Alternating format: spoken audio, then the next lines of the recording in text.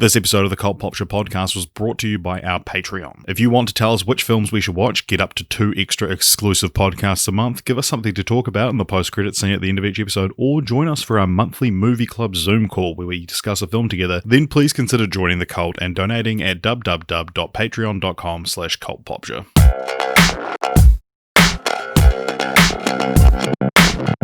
Alright, what's a good way to start this podcast? Can you say the premise of the podcast like how a George Clooney type would outline the premise of a heist in a heist movie? Right. Okay. Listen here, gang. Here's the heist. This sounds like the start to Fergalicious. Really? Listen up, y'all, because this is it. The beat that I'm dropping is delicious. Yeah. That's where my mind went, unfortunately. Well, I guess we just, this will probably just be the opening. It's good. I liked it. I was planning to be like, you son of a bitch, I'm in, but... Yeah, I was trying to think of a sentence which would allow you to say that. This is why we're nearly good podcasters. Yeah. Right? Like, we understand the mechanisms. We understand the structure. Yeah. We just aren't creative enough to get there ourselves. We're not quite at yes and. We're quite good at yes, give me a second. That's exactly it. This is the Cult Popture podcast. Hello. On the Cult Popture podcast. This show specifically, this episode specifically of this show, is about Ocean's 11, the franchise, because this is Film Franchise Fortnights, a show where we watch and discuss a often randomly chosen, chosen by our Patreons, like this one was, film franchise, and this fortnight we are watching the Oceans franchise, which is Ocean's 11, the original film in 1960, Ocean's 11, the remake, 2001, Ocean's 12, Ocean's 13, and then the spin-off Ocean's 8. Mm-hmm. And my name is AJ. And I'm Richard. That was our cold open. And that was our theme song. Nice. So I guess we'll just kick it off and talk about Ocean's 11 in 1960. This is a film which a lot of people seem to think they caught us out by pointing out. Said, "Oh, you're covering Oceans. Don't forget, you're gonna have to cover the original one." And it's like, yeah, when have we ever not done that? You know, we live and breathe this shit, man. You can't catch us out. I'd seen this movie before. And AJ, what is it about? It is about 11 World War II vets who decide to simultaneously rob 5 casinos on New Year's Eve when the most money will be in the vault. Mm-hmm. And the significant thing about this film, I guess, is that it stars the Rat Pack, right, which is like the 5 of the kind of unofficial Rat Pack. Stars Frank Sinatra as Danny Ocean. You got Dean Martin, Joey Bishop, Peter Lawford, and Sammy Davis Jr. as well. And then many more to fill in the 11.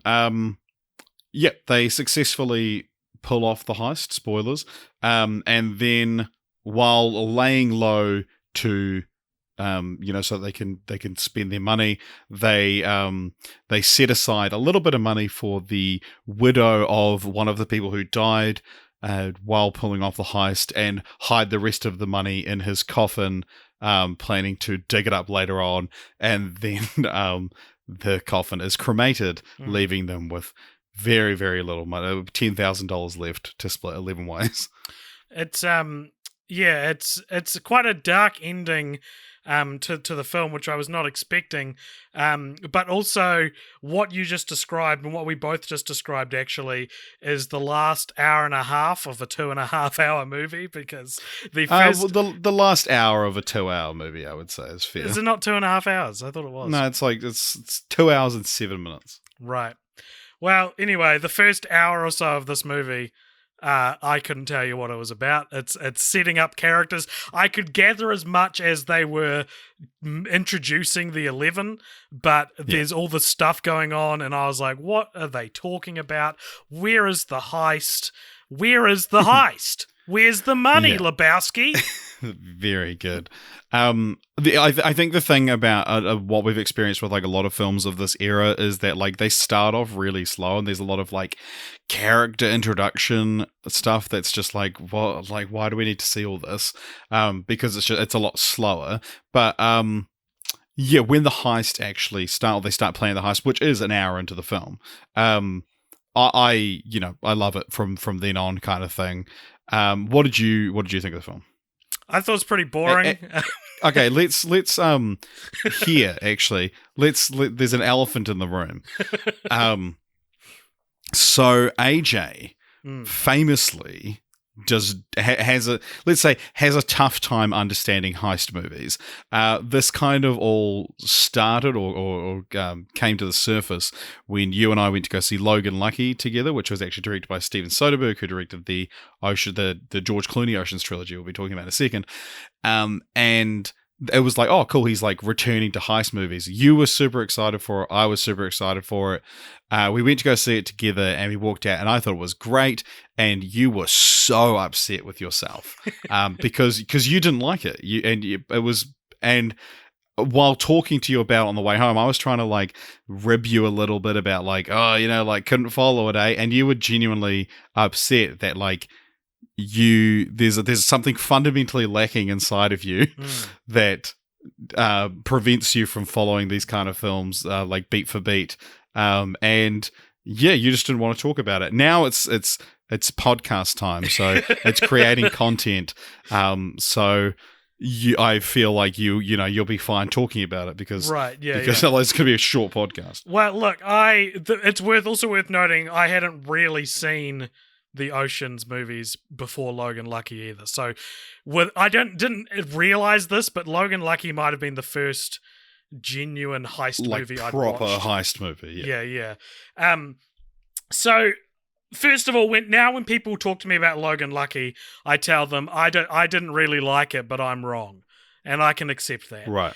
So what This has evolved into a joke because it got mentioned on the podcast at some point that I don't understand heist movies, and then whenever there's even a vague reference to a heist in a movie, you'll make a joke about how like, oh, AJ, you must have been down for the count after this. Like Fast Five was an example that comes to mind. Yeah, Ant-Man, and this became so established that like, it's one of the rare inside jokes in this podcast that was actually like really acknowledged by like the fan base who also joke about it. It seems to be one of the reasons that the Ocean's franchise was suggested. Yeah.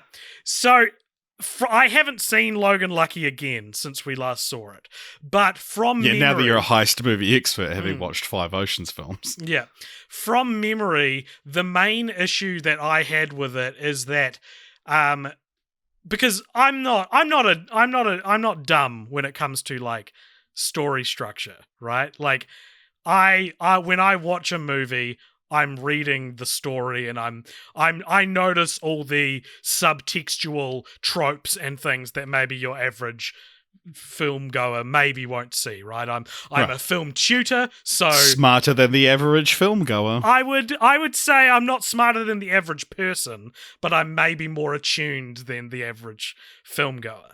And I think this is somewhat to my detriment because Logan Lucky withholds information from you that is what the good guys use to win.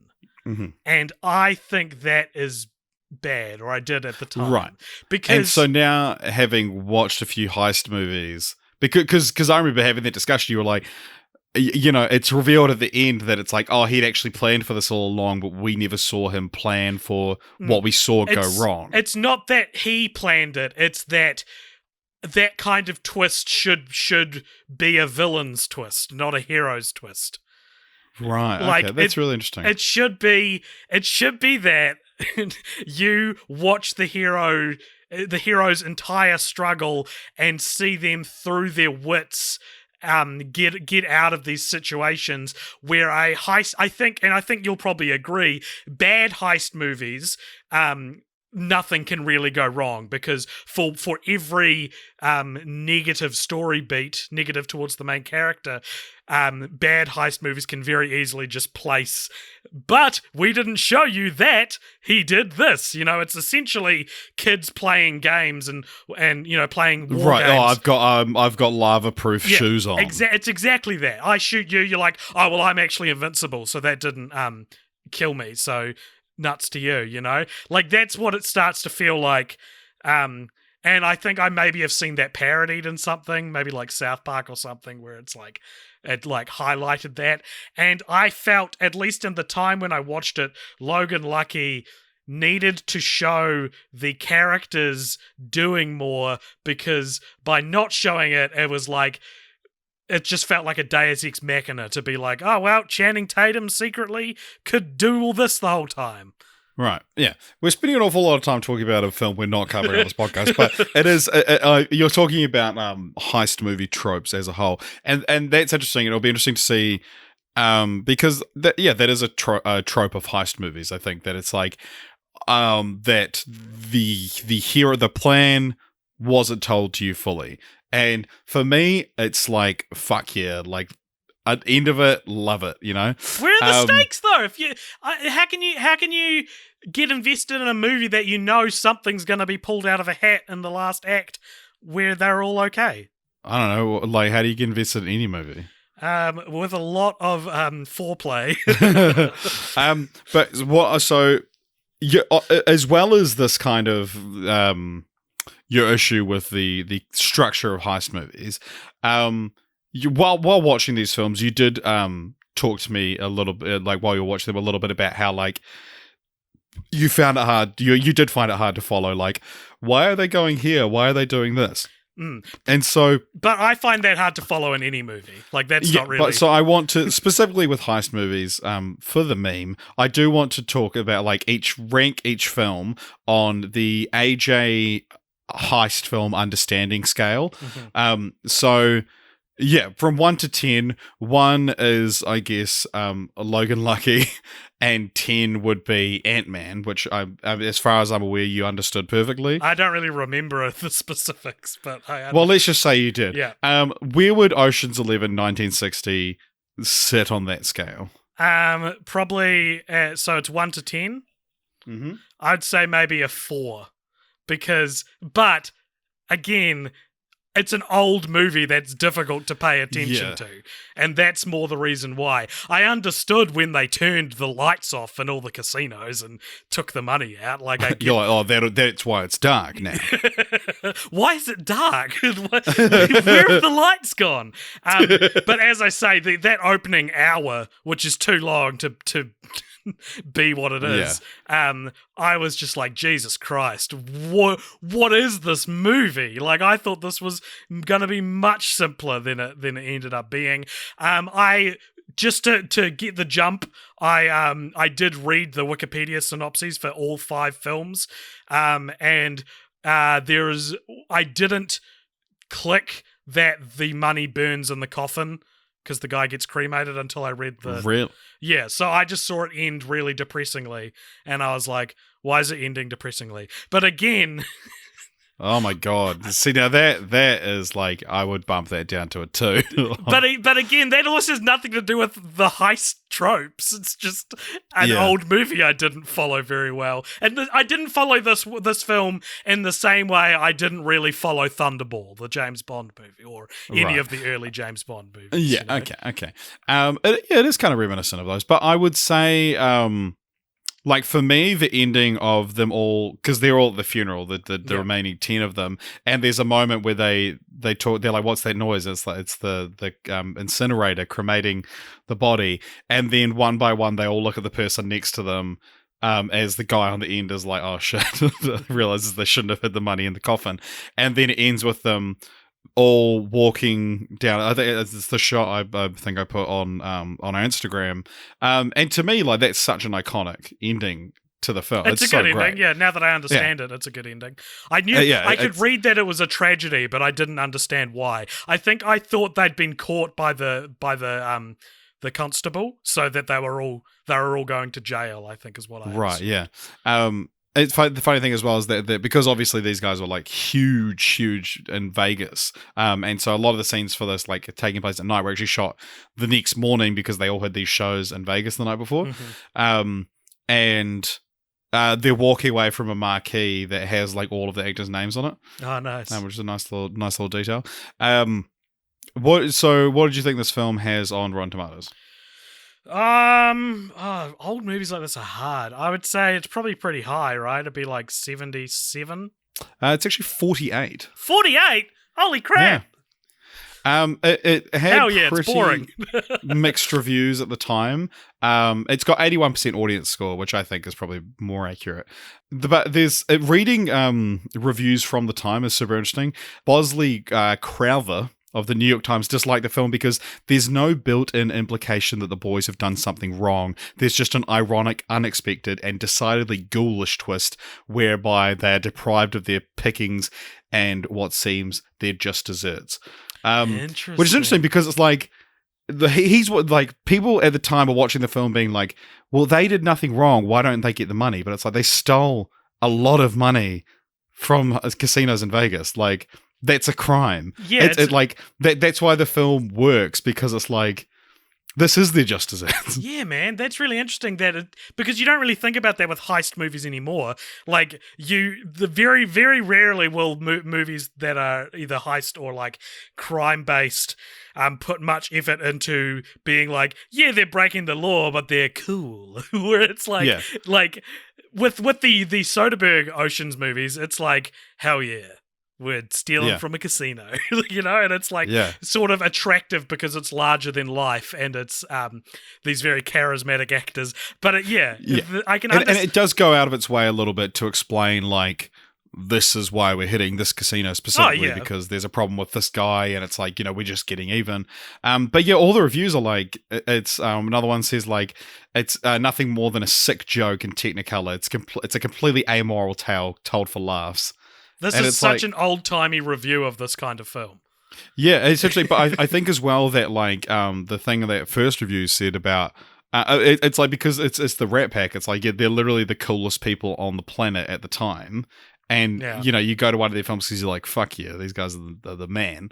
They are collectively the man. Oceans 1, for we are many. To see them lose, it's kind of like, Yeah. A little bit one of the more kind of, in some ways, problematic films we've covered on the podcast because there is a scene where they don blackface. And I did not understand why. It's essentially so they can all blend in as, like, garbage men. Oh my god. That's even worse. Because Sammy Davis Jr., who's a black member of the Rat Pack, he was the garbage man. There's a line in the film when everyone else is putting shoe polish on their face, and he goes, I knew this color would come in handy one day. And that was apparently like that line like followed him for the rest of his life. Wow. But this was during the filming of this film, when they all like went to Vegas to film it. Sammy Davis Jr. was forced to stay at a coloreds only hotel because it was still segregated, and it was Sinatra, who's royalty. He's mentioned in Ocean's 13 as being like, I have pull in Vegas because I shook Sinatra's hand. But so he went and confronted the owners of the hotel and won, and so that kind of broke down the color barrier in Vegas. Wow, Sinatra strikes again. Also, so just a little bit more about the ending of the film. If you think the ending is dark, apparently the original script had them all putting their winnings into a chartered plane flown by one of the 11 because they're all World War II vets, so know how to fly and stuff. And then the plane was going to crash and they're all going to die. Yeah, I could see that. I could see that because when did like Buddy Holly die? Was that around this time? Yeah, it was a year earlier. Yeah, so I wonder if that's either why it was changed or where the idea came from. Yeah, it was ditched because they said it was too dark. But like I Yeah, I think the ending of this film is fantastic. I like it's it. great dramatic irony. Yeah, Now that I understand it, I like it. yeah. Maybe that'll be this whole podcast, Richard, is that I'll go from the attitude I currently have about these films to a more Hopefully positive outlook because of you explaining them. And we'll move on to the next one. But another fun thing about this is that if you didn't realize, I didn't realize this until I watched it for the first time 10 years ago, that the song "Ain't That a Kick in the Head," like the very famous jazz standard, was written for this movie. It's "Ain't That a Kick in the Head" from Ocean's 11. And ain't that a kick in the head? Very, very good segue there. Is it? So 41 years later, we had Ocean's 11 directed. 11 now spelt out. That's actually a fun little difference between the original is the numeral 11 and the remake is 11 the word. So this was directed by Steven Soderbergh.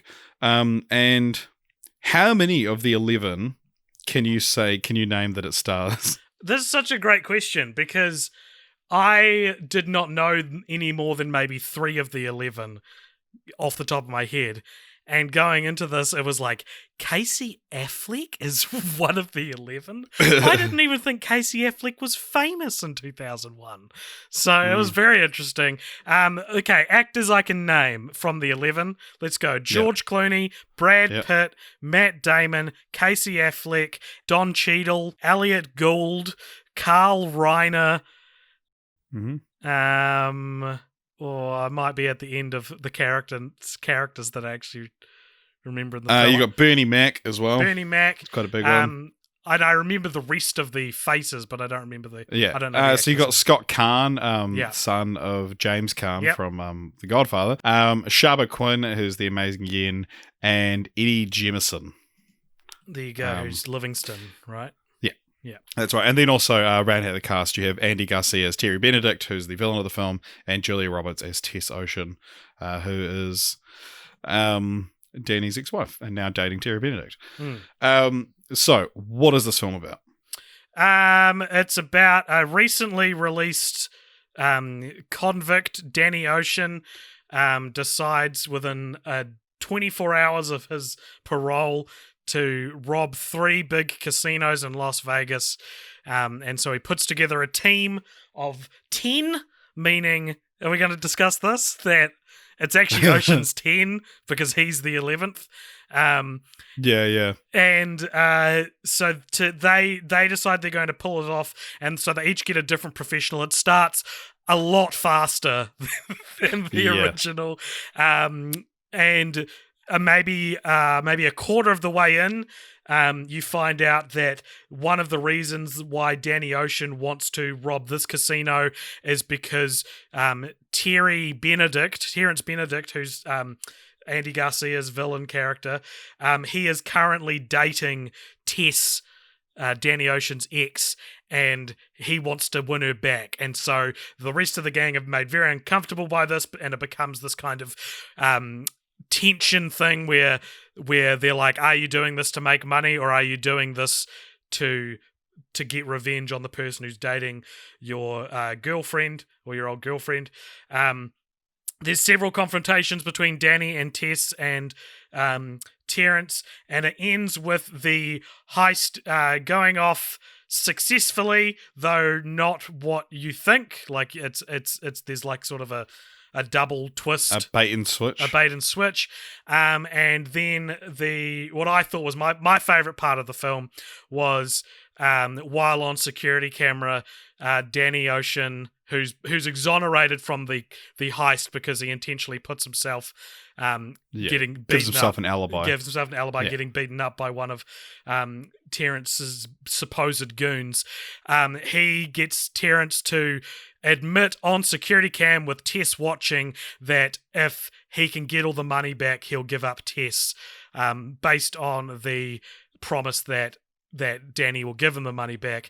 And when he says, yep, I would trade Tess for the money, Danny then goes, okay, well, I know a guy in who I met in jail, and it's this real like lofty alibi, but it does I thought when I was watching, I was like, this is great because this is a heist.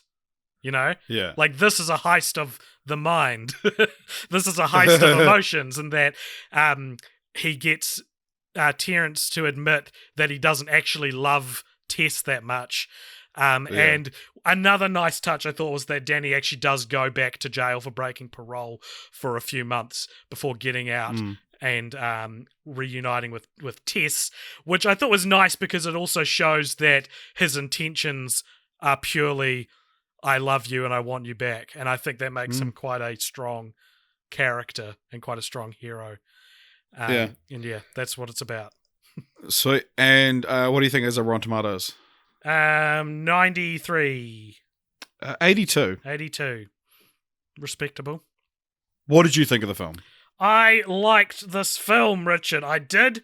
That scene I just talked about was my favourite scene. I thought the bait and switch was... Maybe I liked it better because it felt like you knew what was happening as it was happening, and it wasn't. It was like a twist, but you see it coming, and so it makes it feel a little bit more accessible to the audience. I think this is a modern director being like, let's make the heist movie to end all heist movies, and I would argue it is that. I would say it is the it's quintessential heist movie. Yeah. I love this movie. Yeah. And I would say it's a perfect movie. Sure. And it's so cool. It's so fun. The cast is amazing. It's a lot of fun. Who's your favorite of the 11?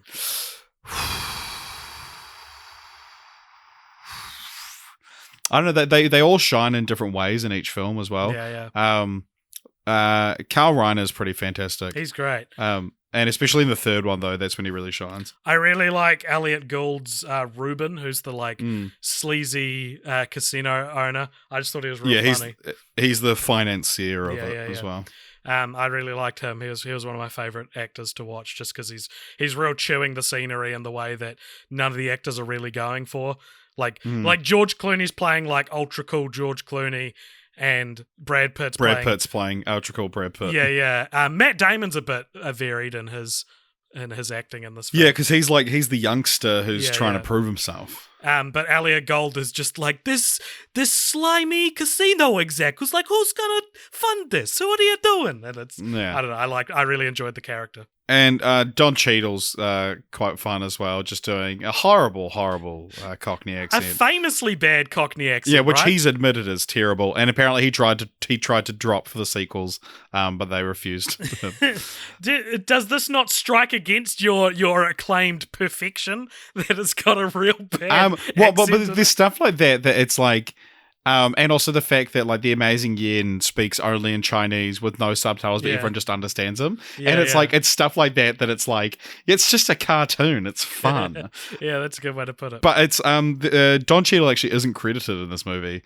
What? Because he wanted to be billed above the title alongside Clooney, Damon, and Pitt. And they said no, and he said, well, they don't want me credited at all.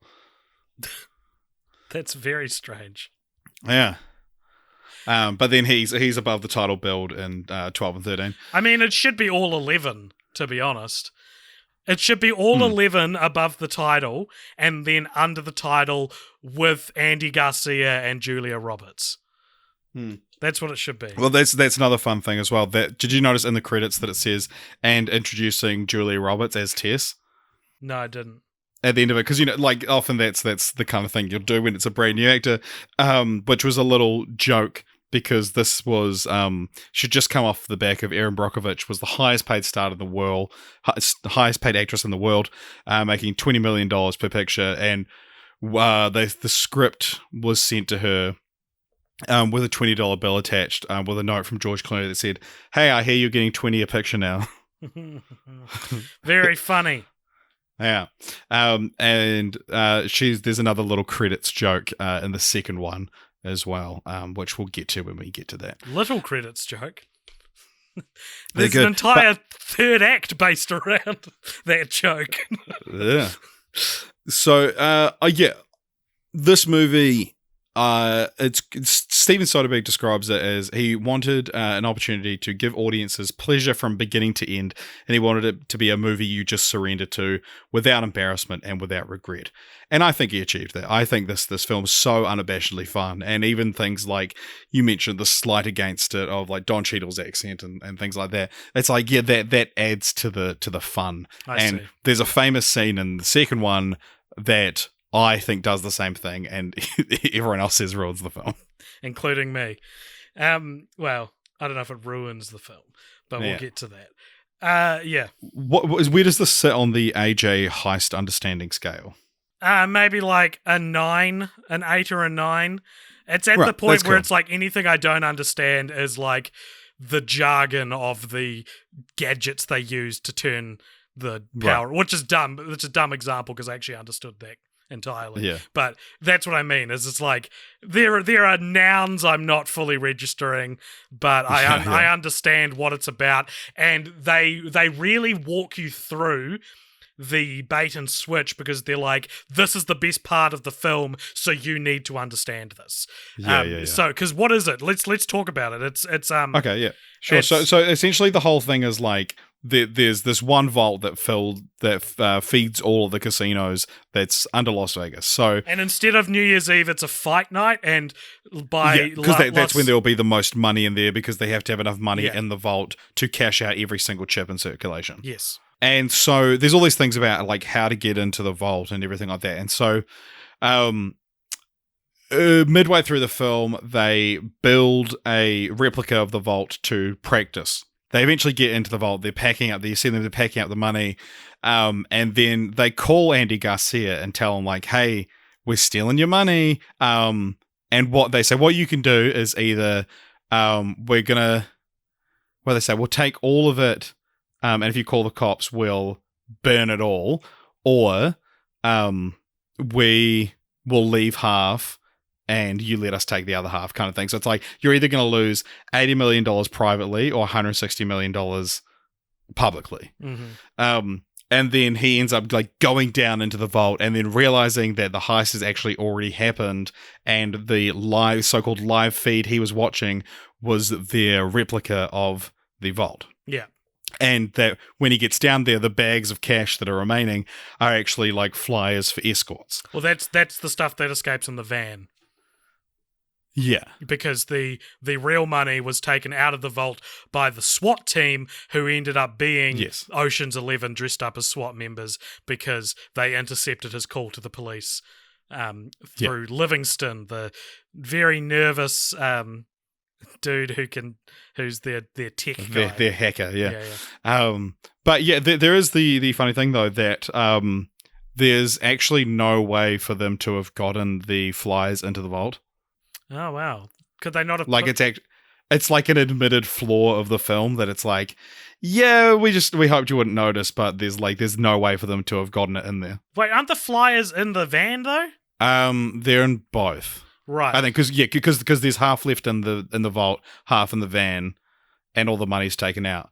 But there's no way to have gotten them in there. A lot of strikes against the supposed perfect movie, Richard. It's the same as Back to the Future, though. Back to the Future has it as well.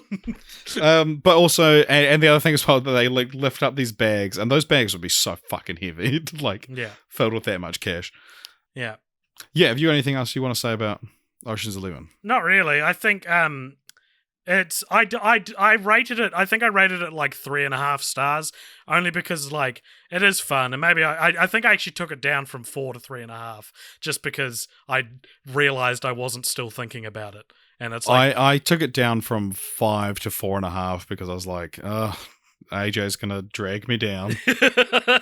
And well, maybe you're dragging me up. But I think it's good. It's a good movie that I enjoyed, and I can see why it has the place in pop culture that it has. But I don't know. I wasn't especially blown away by it, which is what I usually save for those upper half-star increments. All right. Okay, well, moving on to Ocean's 12. So this came out, 3 years later in 2004, also directed by Steven Soderbergh. And what is this one about? So Terrence Benedict has caught the Ocean's 11. He knows where they all are, and he says, give me back my money, but they don't have it anymore because he wants interest as well, so they're half short. So they go to try do a heist in Amsterdam, but they are beaten to the heist by the Night Fox, who's a famous...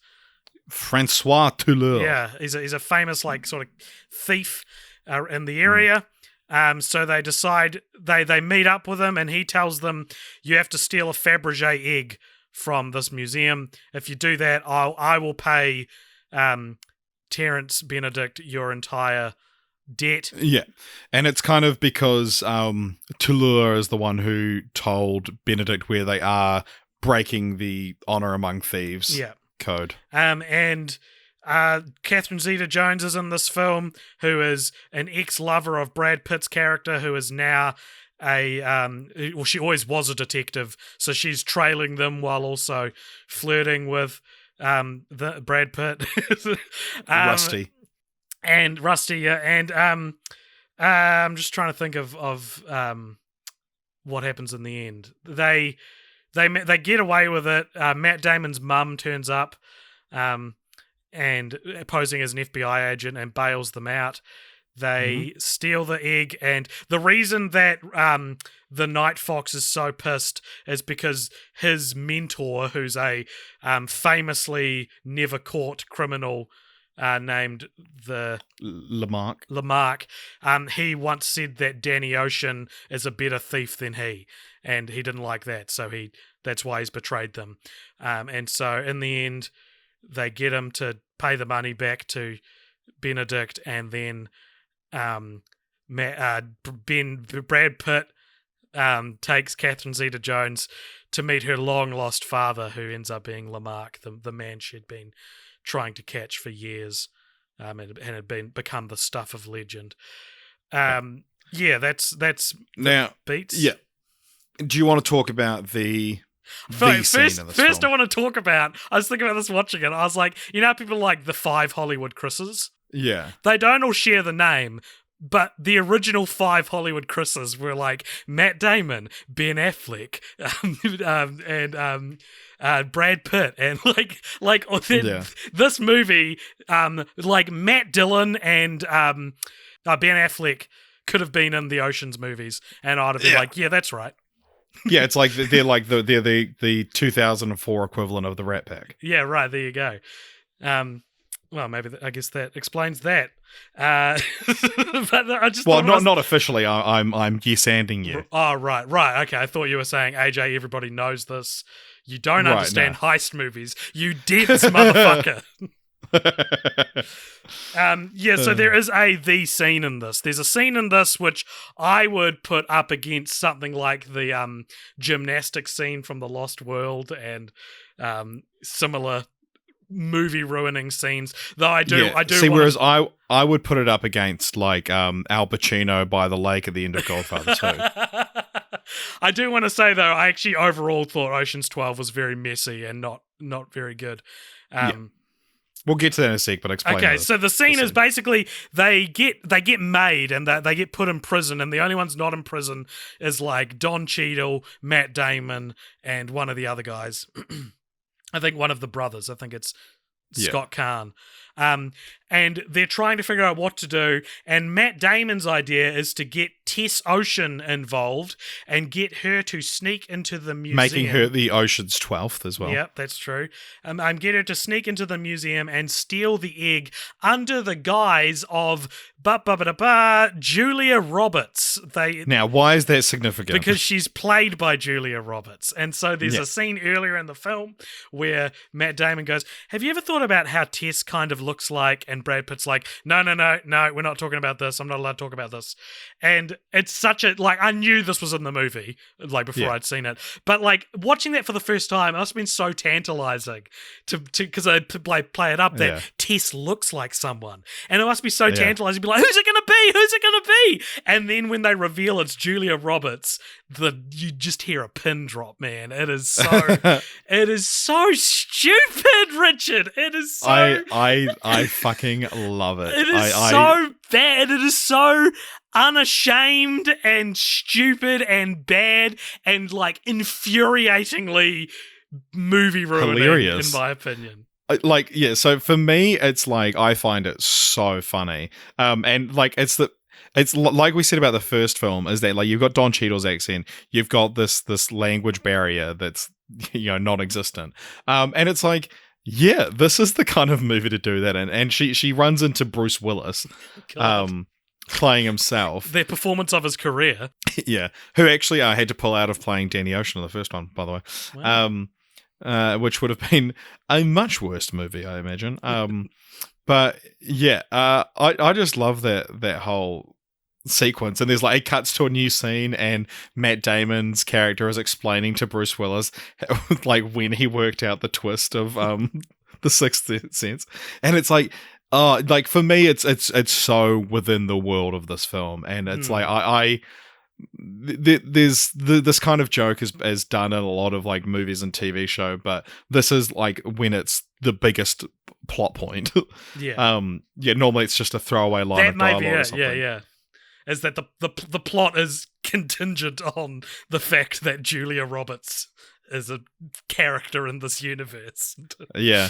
So the world of Ocean's 11 takes place in a world identical to ours with one more, except there's one more person. So my problem with it is, one, I think I disagree that it's the type of movie that can do this, because it's not a movie about Hollywood.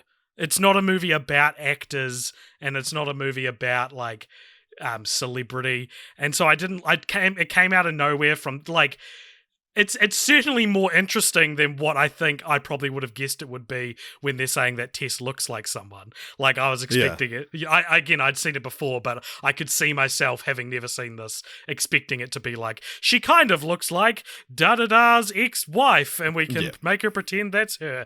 It's I'll give it that. It's certainly more interesting. But, like, there's something about the fact that Matt Damon is not recognizable in this universe, but Julia Roberts is, that really, like, there's a cognitive dissonance there. We don't know for certain that Matt Damon exists in this universe. Well, we don't, but the Julia, like, this is what I'm saying, is that I think this joke would work way better if it wasn't Bruce Willis playing himself, Julia Roberts playing someone pretending to be Julia Roberts, and then literally Matt Damon, someone probably more famous than the two of them, if not just as. Right. Because this was around the time of the Bourne movies as well. Yeah.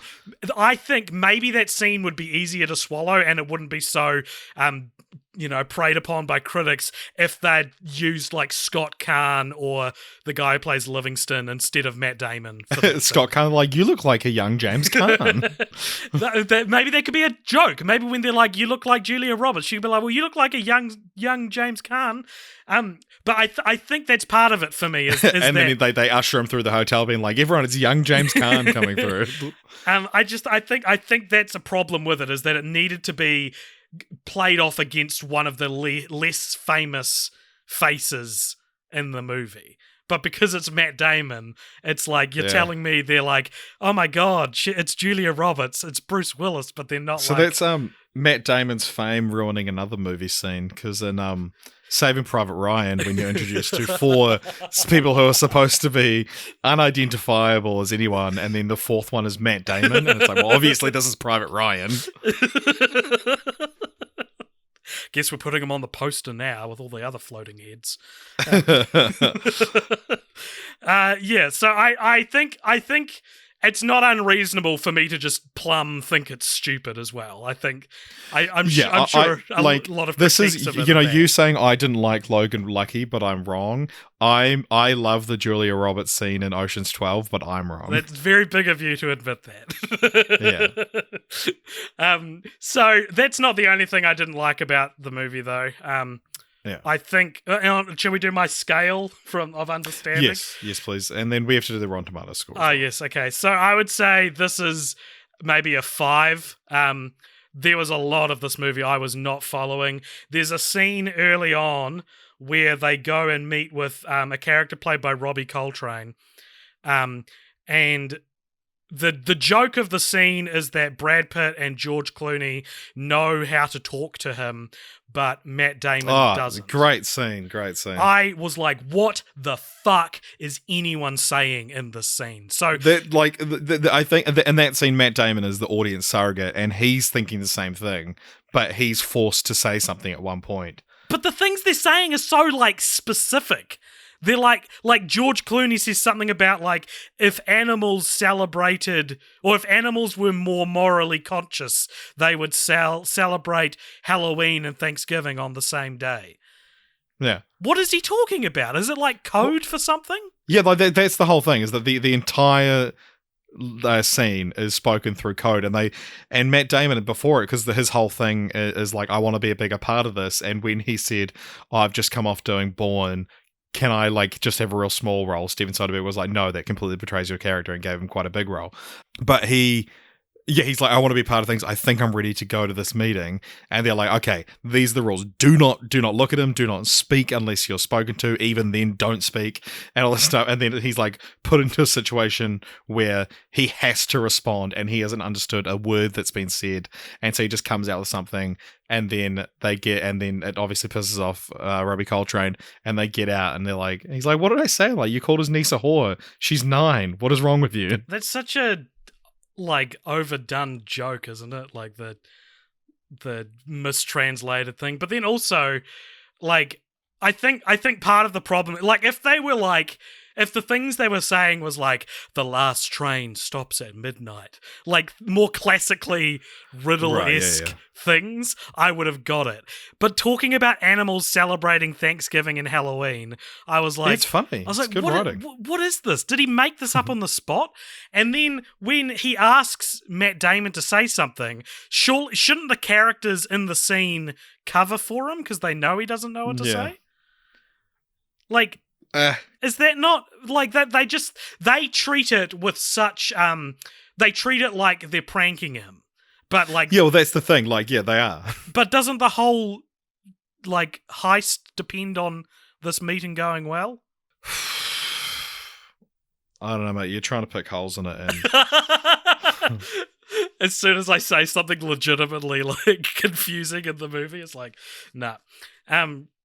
So I didn't like that. I thought as well that my biggest problem with the movie is the fact that it's about them having to pay back Benedict. It's interesting. It's a very, oh man, how do we do a sequel to this film? And it's like, what's a reason? Because it's like, okay, at the end of the last movie, they're all multimillionaires and would be obviously laying low. And it's like, it's an interesting, like, okay, how do we get them all back together? And it's like, I think it's not a horrible idea, and it's a very like, we need to make a sequel quick. Let's just get it done, you know. And it's like, while it's not necessarily the most, and 13 probably has a better setup for us for what the sequel is.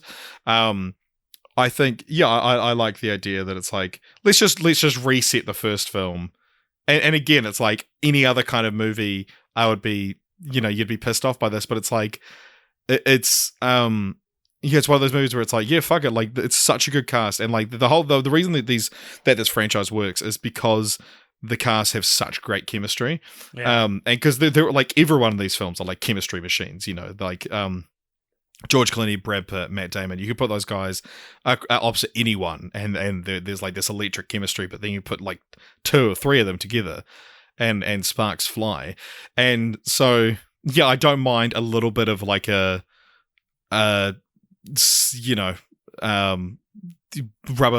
the rubber band of reality a little bit, or like of what's acceptable. It's not the rubber band of reality. I just think it's incredibly disappointing to see that he just catches after watching what they went through in the first film, that it's like, that immediately is undone. I don't like that, and I don't like that in any film. There are other examples of this film, like actually, there's another example in this franchise which you'll know when I describe it now. Like when a sequel kills off a really important character from the first film, and treats it as a joke. Like it almost feels like that to me, where it's like, no, the whole point of the first film is that they get away with it. To start the second second film with they didn't get away with it though, and also I personally I didn't believe that the characters would be as calm as they ended up being about being caught. No one really is like, no, we should. It never fight feels this. like their lives are at stake, kind of thing. Yeah, they don't really feel that though. They seem very accepting and resigned to it, whereas I feel like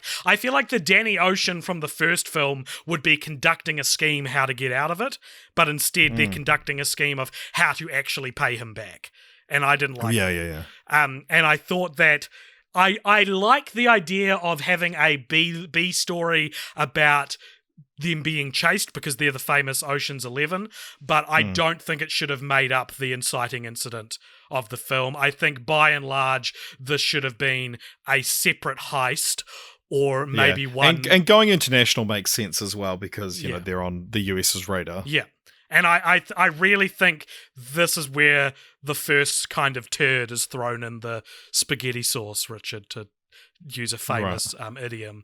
That's like it undoes the magic of the first film. The first film's ending is all 13 or all 11 standing at a water fountain and watching the casino and then leaving silently, and it's beautiful. Like and they because they're good people as well, and the casino owner's a bad person, and it's like justice was served here today.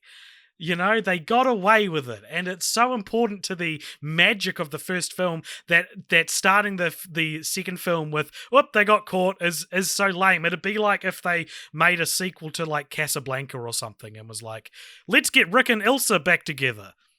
We're doing Casablanca for for Movie Club this month, by the way. For Movie Club yesterday. Yeah, true.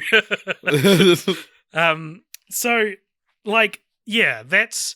I felt it was fundamentally damaging to the plot of the film, personally, and the franchise, to be honest.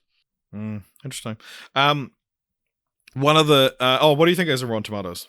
I looked it up. Sorry, I had to see who played the Night Fox, and then I looked at all his other credits and was like, I've never seen him in anything else, but I recognize him for some reason. It's got like 54, 55? 55, yeah. Yeah. So there's one other thing that I know you have thoughts about. Topher Grace is in Ocean's 11 and 12, isn't he? And he plays Topher Grace. Yeah. And I don't understand why. How famous was Topher Grace at this point in his career? Oh, it was that 70s show? It was probably right. Height of his career. TV famous. And yeah, well, he's not in the third one because it conflicted with Spider-Man 3. Right. So that's if they give you a time frame. It is so weird that they felt Topher Grace should play himself because it's not relevant. It's not that. Well, in the first film, there's a scene where, Rusty is teaching a bunch of TV stars how to play poker, and they're all playing themselves. Topher Grace is just like the one we most immediately recognize. Right. Well, the only because one all of them are from like. Dawson's Creek. Dawson's Creek and shit like that, yeah. I just don't understand why on earth he had to be playing himself. You know what I mean? You can tell me, they're all TV stars in that first scene, but it's like, but why? Why they could all be playing different characters and be TV stars. I don't understand why Topher Grace is playing Topher Grace outside of it just being some kind of weird esoteric in-joke from Steven Soderbergh. It's of all the who was it recently that we talked about? I think it might have been on a Film Franchise Follow-Ups episode on Patreon. And who's the least famous person to have ever played themselves in a fictional form? I think we landed on the guy who plays Magnitude from Community, played himself on Dr. Ken. That's right. Yeah, but this is that for me. This is like. It's not that there. It isn't a scene about them going to a TV show. It isn't a scene about them rubbing shoulders with Hollywood bigwigs. It's a scene about Brad Pitt teaching a bunch of younger ruffians how to play poker. And he didn't need to be Topher Grace. Well, because there is like quite famous like underground poker circles that like Tobey Maguire and Leonardo DiCaprio are in, and obviously I presume they couldn't get them. I had no idea about that. Oh, right. You know, Molly's Game, the movie, the book and the movie, is there's a character in it called Player X, who is in the movie is played by Michael Cera, but it's an amalgamation of Leonardo DiCaprio, Tobey Maguire, and like a few other people that like play these like poker circles, like, you know, off the books. Oh my god, that's and so absolutely what this is a reference to then, Richard. Yeah. Why are you telling me this now? You could have told me this when I asked you about it in the messenger. This is yet another example of me not understanding something about a movie that happens to be a heist movie, and you withhold the information so that I can look like I just have absolutely zero grasp on the genre. There's a line in this movie God though where that's absolutely why. Sorry. Okay. Topher Grace pops up again in this film and mentions to Rusty about how he's been having it rough, and he says he totally phoned it in that movie with Dennis Quaid. That movie, it is a real movie. It's called In Good Company, and it came out the same year as Ocean's 12. And kind of the joke is that the trailer for that would have played before Ocean's 12 in the cinema. Is this the movie where he plays his boss's... No, Topher Grace is Dennis Quaid's boss, but he's dating Dennis Quaid's daughter? I mean, In Good Company is what you would call that movie. It's set around a middle-aged advertising executive whose company is bought out by a large international corporation, leaving him with a new boss who is nearly half his age. His life is further complicated when his boss takes a romantic interest in his daughter. How did you know that? I understand everything but heist movies, dude. No, I thought I've and always Scarlett been... Johansson is the daughter, and it was written and directed by Paul Weitz, the Weitz brother who we are not friends with. I've always been fascinated by the plot of that movie. And I've never seen it, but I've always wanted to. Maybe someone will suggest it. It felt at the time. It felt like it fit into movies like Guess Who's Coming to Dinner and Monster-in-Law. Well, Guess Who? Oh yeah. Guess Who's Coming to Dinner is like the original one, which is like this intelligent piece on race relations. Right. And Guess Who is I also was like Bernie Mac and Ashton Kutcher. I also listed Monster-in-Law as another example, which I presume is not based on a much more intelligent original. I love that. I love that the most impressive piece of knowledge that I've had on this whole episode is the plot of that movie.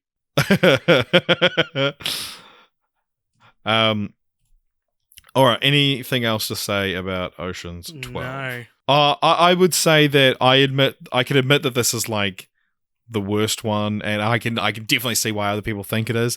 I still love it, you know? Well, I'm happy for you. All right, so that brings us to the end of Steven Soderbergh's trilogy, which with Ocean's 13 came out 2008. 2007, actually, I think it did. I've got that wrong. Wow. The king is slipping. What is Ocean's 13 about? Okay, so there's a casino, and Elliot Gould's character, Ruben, is supposed to be co-founding this casino, but he ends up getting screwed over and bought out by a guy named Willie Bank, played by Al Pacino, which makes this our second franchise this year, which stars both Al Pacino and Andy Garcia, but one of them is only in the third film. After The Godfather, but it's switched. Yeah. It's switched. It's also our second franchise, which features both Andy Garcia and a all-female reboot. Because Andy Garcia is the mayor in Ghostbusters 2016. That's great. It also features Al Pacino and A. Khan. Yeah. Anyway, so Al Pacino's the bad guy, and Ruben, Elliot Gould's character, has like a heart attack based on how badly he's been betrayed. And so the rest of the gang decide to bankrupt the bank, which is the name of the new casino, in order to get like revenge on him. And so everyone's back along for the ride. You got Tess, you got Catherine Zeta-Jones. No, they're not in it. Oh, are they not? No. So why not? The 12th is gone, and then seemingly replaced with another 12th, and then a 13th is added. Yeah. Is this like the Battle of the Five Armies, where it's like, what are the five armies? If you finish the plot, and then I'll explain who the 13 what else do I need to say? They do it. They succeed. So they essentially their plan is twofold, right? So they need to stop the bank from winning the 5 Diamond Award, which is like, the award for best hotel in Vegas. So they do that by like essentially torturing the reviewer while having Carl Reiner's Saul play the reviewer. So all the time, Al Pacino thinks that he like treats Saul really well. Meanwhile, Clooney, Pitt, and the gang are torturing the actual reviewer, so that he'll give a bad review. I did not know who that character was or what was going on with him getting tortured. Well, there you go. But yeah, they like put bed bugs in his bed. They cancel all of his reservations, things like this. He is then they pull a Susan B. Anthony on him, which is one of their little heists, their little tricks, awarding him $11 million as like repayment for karmic justification. Yeah, because they give him like a skin condition and shit. So which is the bed bugs. And so so that's one part of the heist. The other part is that there's the casino has to make $500 million in order to stay open. Otherwise, he would have to give up control of it to the gambling board. And so essentially, and there's this big AI in the bank that can tell if a win is legitimate or not. So they can't just rig all the games. So essentially what they have to do is, and there's a way they can shut it down for like 3 minutes. And so what they have to do is they sneak in like all these different ways to rig every single game, so that during this 3-minute period where the AI is down and Willie Bank himself is locked inside the room with the AI, everybody wins. Everybody wins, every single hand. And essentially bankrupting the casino because they have to honor all of these bets. And the way they do that is they create what feels like an earthquake beneath the casino with a drill, because that's how you turn off the AI for the 3 minutes and 20 seconds or whatever. And there's also a subplot that I did not understand, and you had to tell me what it meant, because it is not even on the Wikipedia synopsis, which is the Casey Affleck and his brother, not Ben Affleck, James Caan's son, have to go to the Mexican dice making factory to rig the dice. Yeah, and because AJ was messaging me being like, why are they in Mexico? And I was like, I don't remember the film well enough. But then watching it, it's like very clearly explained why they're in Mexico, because they show this compound they put into a solid, which allows you to like, turn it after the fact. And then they say, can we just swap out some rigged dice? And they say, no, like the dice is controlled all the way from manufacturing, like right, then we got to go to the manufacturer. And so they put him in as like a mole at the dice manufacturer, and he creates this revolution. That's the thing. I think that's why I was confused, is because the Mexican storyline creates like a working man strike as well. And I was like, what is happening in this part of the movie? When it was being set up, I was actually very messily trying to enjoy an Uber Eats meal of pork ribs that I'd ordered. And I got barbecue sauce all over my pants. My pants are very light. And the next day I got up for work, and usually I'll wear like the same pair of pants for a whole week, right? And I got up for work and I was like, probably shouldn't wear those pants. And then I wore them anyway, and they were really messy, and it just looks like I got shit on my pants. And then today I woke up and I was like, probably shouldn't wear those pants again. And then I wore them again, and was sitting at the bus stop looking at the brown stains on my pants, thinking I shouldn't have worn these pants again. And I'm someone who can't understand very basic movie plots. And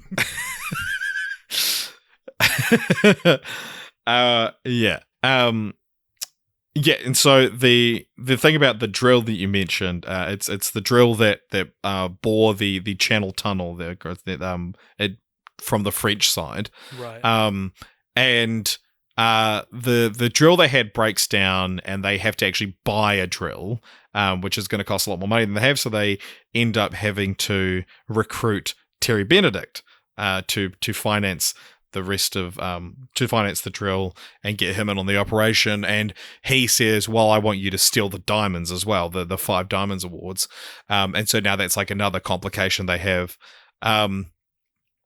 Yeah, and so that kind of the 13 in the title,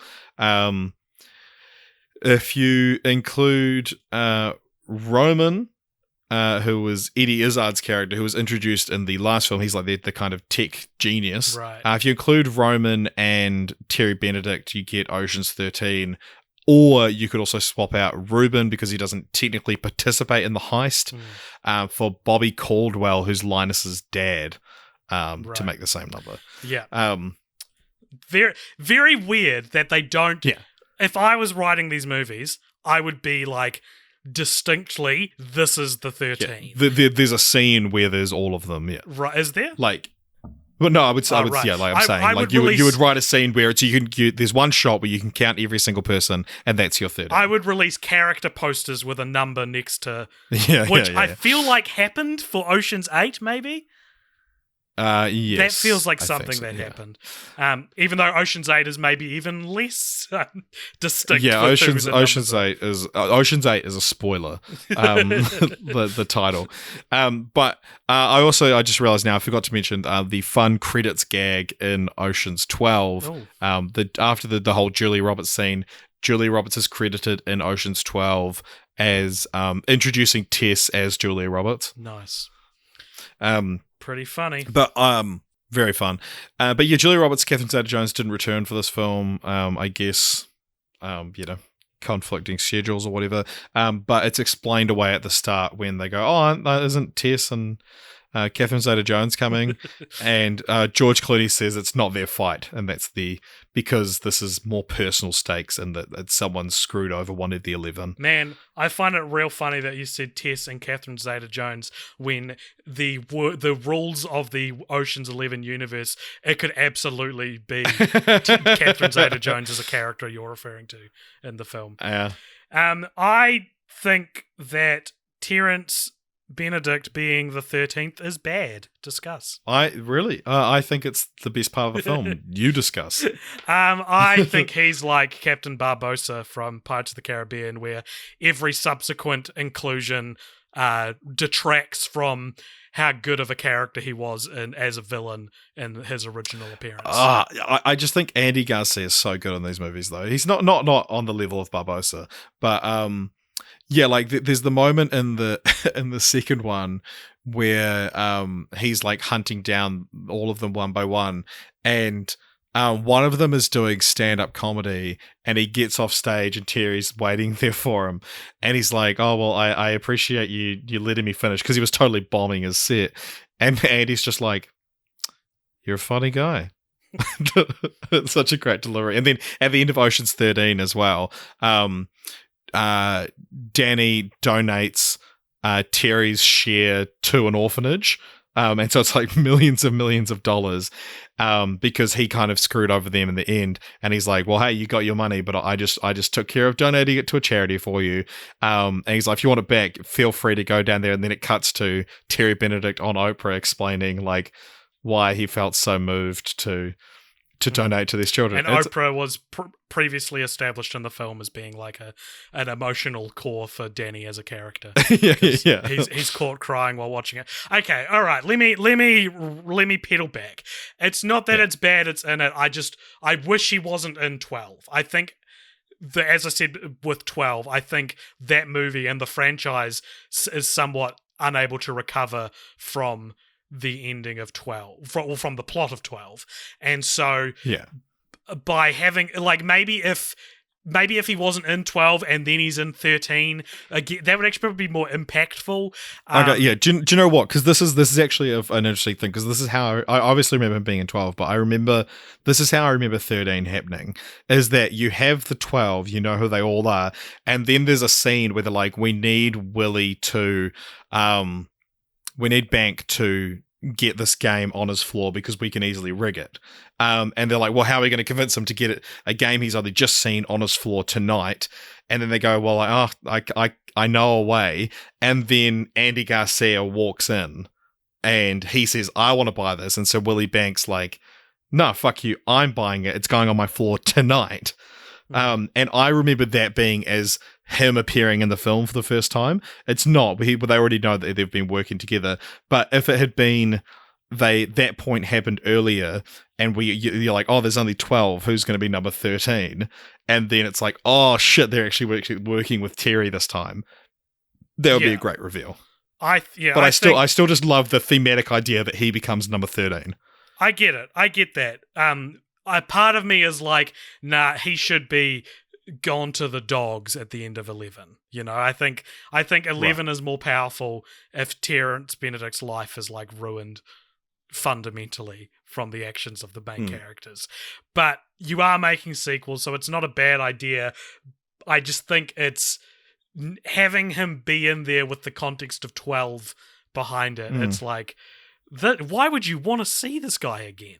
Well, I also think it's like because they stole money from him, they gave it back to him, and so it's like, we're even, we want to make a deal with you, kind of thing. Yeah. I don't know. I dig it. I think so. What do you think this is on Rotten Tomatoes? 72. 70%. And like what would you say you thought of it? I didn't actually really like this one that much. Right. And where would you put it on the AJ understanding scale? Okay, so where have they been so far? So the first one was like a 4, with 10 being the most understanding. The remake was like a 9. Then we went to 5 with Ocean's 12. I would say this is a 6. I had some trouble with this film. The same way that like an old person shits their pants, Richard. I'm having a little trouble. You got barbecue sauce. Yeah. All over yours. I felt like it starts. I said to you, I was like, Ocean's 13 starts like I walked into the cinema 10 minutes late. Like, it feels like it's just going. And I'm like, I need to slow down. Yeah, like, it's great, baby. It doesn't slow down. You're straight into the action. No. Yes. One of those, there are several times in this podcast where the way I describe a criticism, you then reword into like snappy, cool, kind of like edgy filmmaking. It's like, no, God damn it. No, I don't know. I think it's not necessarily a slower, but like a more clear, like, here is what the world is like now. Here is where everyone is at now. Here is what's going on. Because it starts and immediately I'm being told Elliot Gould made a deal with Al Pacino and he's not honoring that deal. And I'm like, what is going on? I don't know. I thought it was too fast, too weird, and too like... To be honest, I think this, realistically, I like it better than 12, but I think it's the worst setup. I think it's pacey, it's quirky. No, I don't think a plot that's purely driven by revenge is very good, which is what this one is. Coming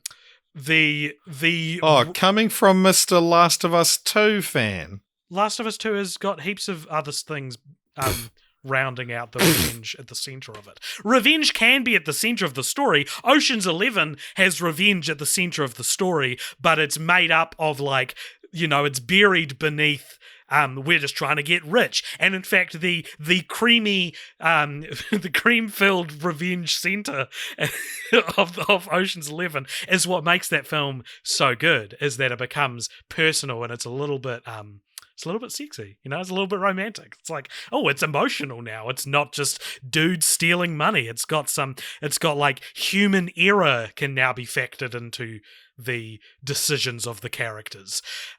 Whereas I think maybe I was like, would he really have a heart attack from being betrayed?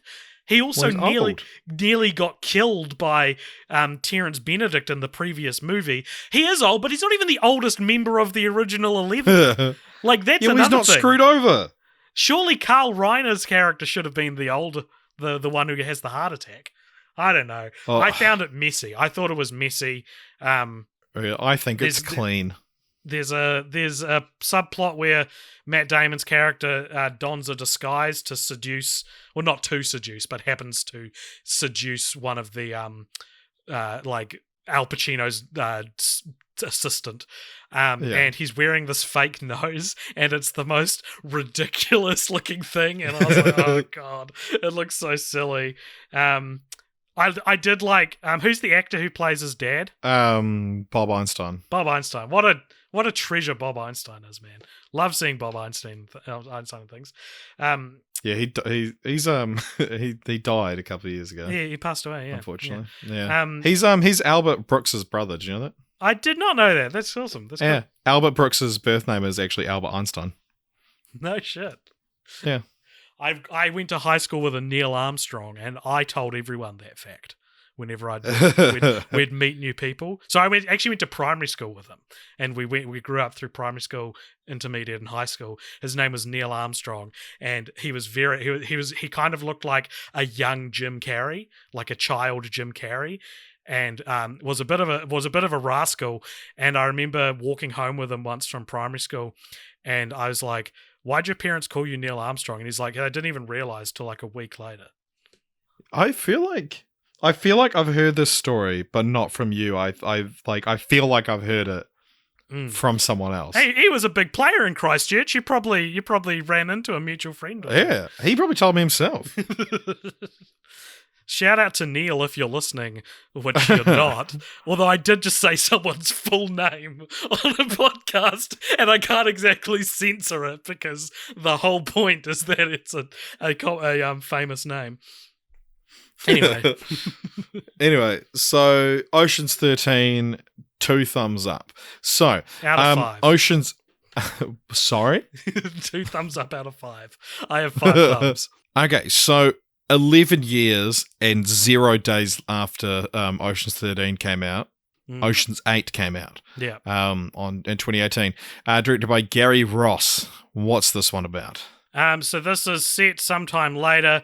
It's essentially an all-female reboot, and with Sandra Bullock playing Debbie Ocean, who is Danny's previously, until now, unmentioned sister, who is also in the heist business. Danny Ocean is fucking dead, bro. He's gone. He died somehow. And Debbie Ocean gets out of prison. It's essentially the same setup as Ocean's 11, but instead of money, because this is a girl film, they steal jewelry from a Met Gala. And so she puts together a crew that's made up essentially of all the actors from the first film's female equivalents, like the female equivalent of Brad Pitt is Kate Blanchett. I'm comfortable with that. That feels right. And maybe not exactly one for one their female counterpart, but like the characters are certainly. It's you've got like you have a hacker, you have a pickpocket, like things like that. So rounding out the cast, you've got Sandra Bullock and Kate Blanchett as the kind of duo. Then you've got Sarah Paulson, Mindy Kaling, Awkwafina, Rihanna, Helena Bonham Carter, and that's only 7. However, the person that they are stealing the diamond necklace from at the Met Gala is Anne Hathaway, who's then, in a shocking twist, revealed to be part of it, bringing the total up to 8.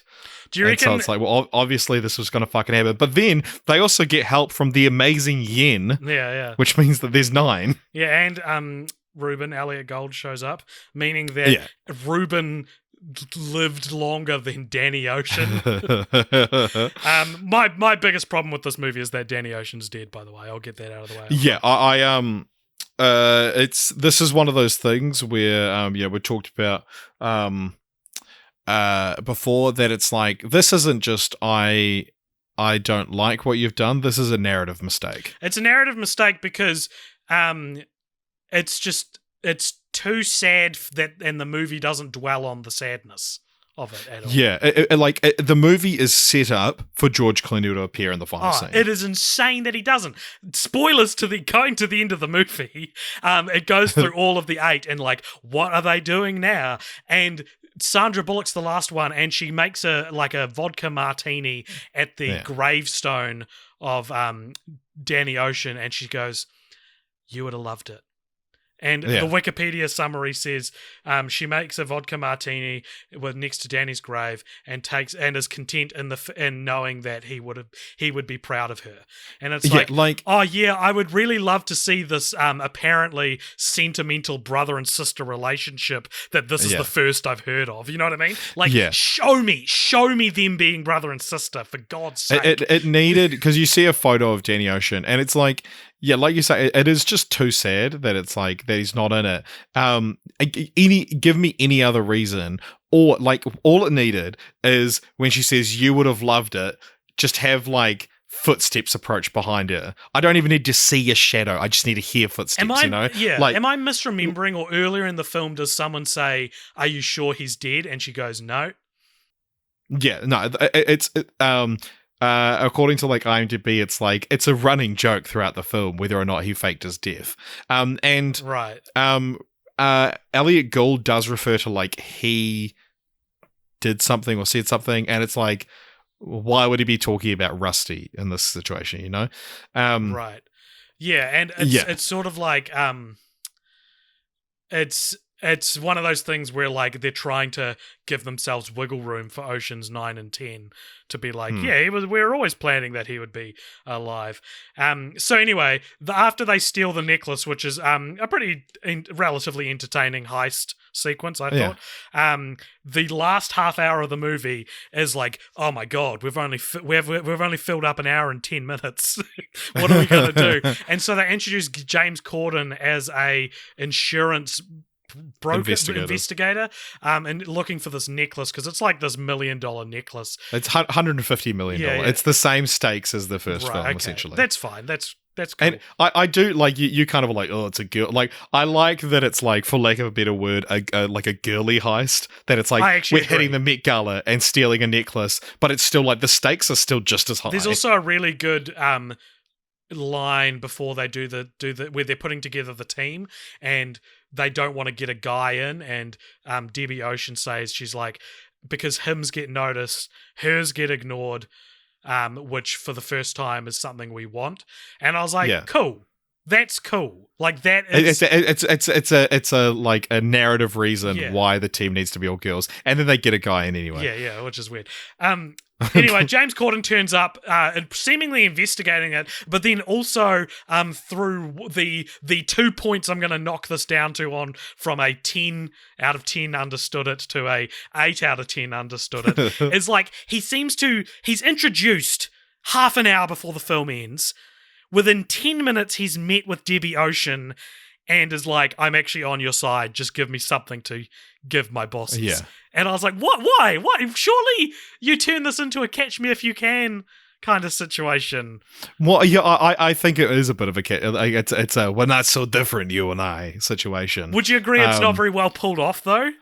Yeah, well, I mean, because it's James Corden. But it's also squeezed into... It maybe needed more time, or at the very least, my God, that character should have been introduced earlier. Yeah, well, it should have been like, even if we pull this off, we're going to have to deal with this afterwards, and then it happens. The highlight of this film is Anne Hathaway's really funny in it, I think. Yeah, Anne Hathaway. I remember, because I saw, you and I both saw this in the cinema, didn't we? I think the power was out, and I went by myself to the movies. And I remember all the reviews saying like Anne Hathaway is the heart of this film. We did focus a lot just then on Danny Ocean's absence in the film, and before we get on to talking about the women, I do want to just like focus on the other one little like man thing in the film. Mm-hmm. Matt Damon and Carl Reiner both filmed cameos.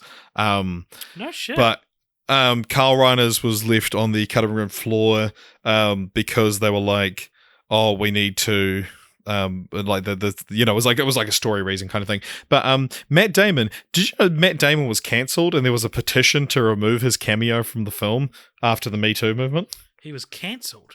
Yeah. What did he do? Sexual harassment isn't a joke. Remove Matt Damon from Ocean's 8. We won with 28,748 supporters because he made a couple of like I remember him saying this at the time, that it was like, we need to focus on the men that aren't, you know, sexually harassing people, and that I think he said something about that he would